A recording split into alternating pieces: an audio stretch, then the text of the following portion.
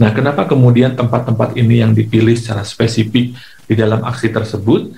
Kalau kita lihat dalam konteksnya dengan kantor pemerintahan, itu sebetulnya ingin menegaskan standpoint kalangan 212 yang memang memiliki narasi oposisi terhadap pemerintahan yang sah.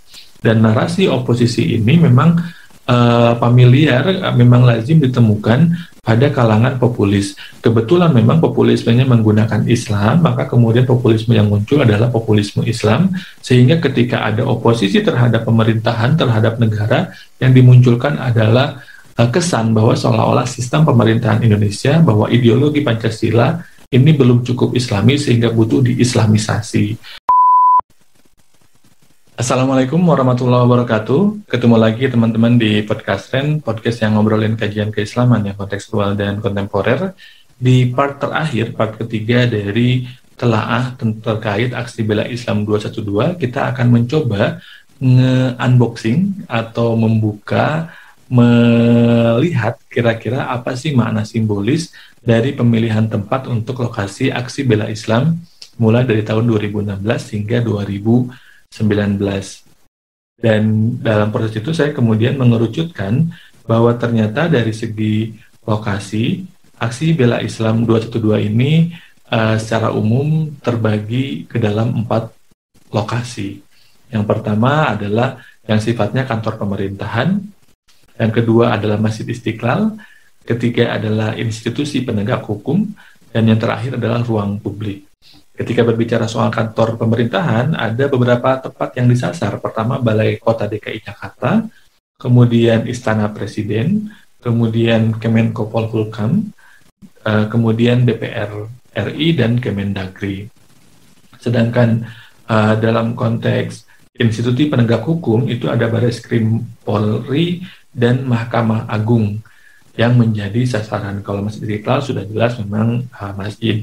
Dalam konteks ruang publik ini yang paling utama, ada Bundaran Bank Indonesia, kemudian ada Bundaran HI, dan yang paling utama adalah Monas atau Monumen Nasional, tempat kemudian yang paling sering digunakan untuk melakukan aksi bela Islam dan kemudian menjadi identitas untuk aksi 212 itu sendiri. Nah, kenapa kemudian tempat-tempat ini yang dipilih secara spesifik di dalam aksi tersebut? Kalau kita lihat dalam konteksnya dengan kantor pemerintahan, itu sebetulnya ingin menegaskan standpoint kalangan 212 yang memang memiliki narasi oposisi terhadap pemerintahan yang sah. Dan narasi oposisi ini memang familiar, memang lazim ditemukan pada kalangan populis. Kebetulan memang populismenya menggunakan Islam, maka kemudian populisme yang muncul adalah populisme Islam, sehingga ketika ada oposisi terhadap pemerintahan, terhadap negara, yang dimunculkan adalah kesan bahwa seolah-olah sistem pemerintahan Indonesia, bahwa ideologi Pancasila ini belum cukup Islami sehingga butuh diislamisasi. Pancasila diislamisasi caranya adalah dengan misalkan sederhananya mengembalikan 7 kata yang kemudian dibuang dari sila pertama Pancasila versi Piagam Jakarta. Pemilihan kantor pemerintahan sekali lagi dimaksudkan untuk menegaskan standpoint oposisi mereka terhadap pemerintahan yang sah. Kalau misalkan Masjid Istiqlal, dia dipilih terutama untuk mengekspresikan fundamentalisme beragama atau fundamentalisme Islam, yang mana fundamentalisme Islam itu makna sederhananya adalah bahwa secara lahiriah kelihatannya merupakan aktivitas beragama, aktivitas beribadah maksudnya, aktivitas kesalehan, tetapi melakukan aktivitas ibadah di ruang publik itu memang dimaksudkan untuk memberikan dampak politik, dampak sosial terhadap tatanan masyarakat.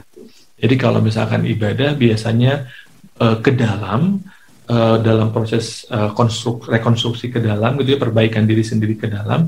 Dan dalam konteks fundamentalisme agama, beribadah secara publik, orang melihat dimaksudkan untuk menunjukkan aspek religiusitas sehingga diharapkan akan memberikan dampak terhadap kondisi sosial atau politik.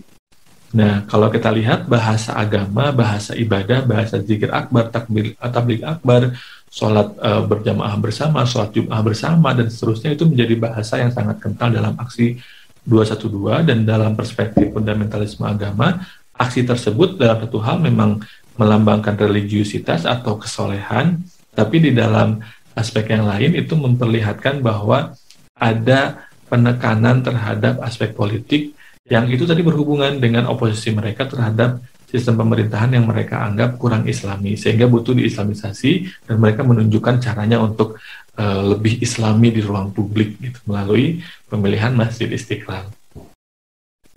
Kemudian pemilihan institusi penegak hukum dalam beberapa hal itu memang berkaitan dengan kasus yang menjadi pemicu aksi tersebut. Mereka menuntut isunya atau kasusnya segera diselesaikan. Misalkan mereka menuntut Pak Ahok segera dipenjara dan seterusnya. Kemudian mereka memilih kantor-kantor penegak hukum. Terakhir, kalau dalam konteks ruang publik, terutama yang kalau saya berkaitan, kalau saya memilih Monas, itu memang selain lokasinya yang strategis dekat dengan kantor pemerintahan, dengan Masjid Istiqlal, dengan institusi penegak hukum, dan seterusnya, juga karena ia mampu untuk mengaksentuasi jumlah dukungan, yang dengan di ruang terbuka, orang melihat, orang kelihatannya banyak banget, kemudian diklaim 1 juta, 2 juta, 7 juta, 8 juta, dan seterusnya, sehingga akan mengesankan bahwa gerakan ini, narasi ini didukung oleh banyak orang, sehingga harapannya akan lebih banyak lagi orang yang bergabung, atau harapannya akan akan membuat takut lawan politiknya, karena mereka memperlihatkan bahwa dukungannya sangat banyak, dan itu yang kemudian dilakukan di Monas, sehingga kemudian kita sering mendengar klaim-klaim bahwa yang hadir sekian juta, dan seterusnya, walaupun balik lagi modeling statistik dari yang dilakukan oleh Tirto menunjukkan bahwa kalau di Monas penuh sesak, itu nggak akan sampai 1 juta orang, paling banter 700 ribuan sekian, dan itu udah dempet-dempetan gitu, apalagi 8 juta gitu kan, menurut mereka nggak mungkin secara prinsip modeling statistik.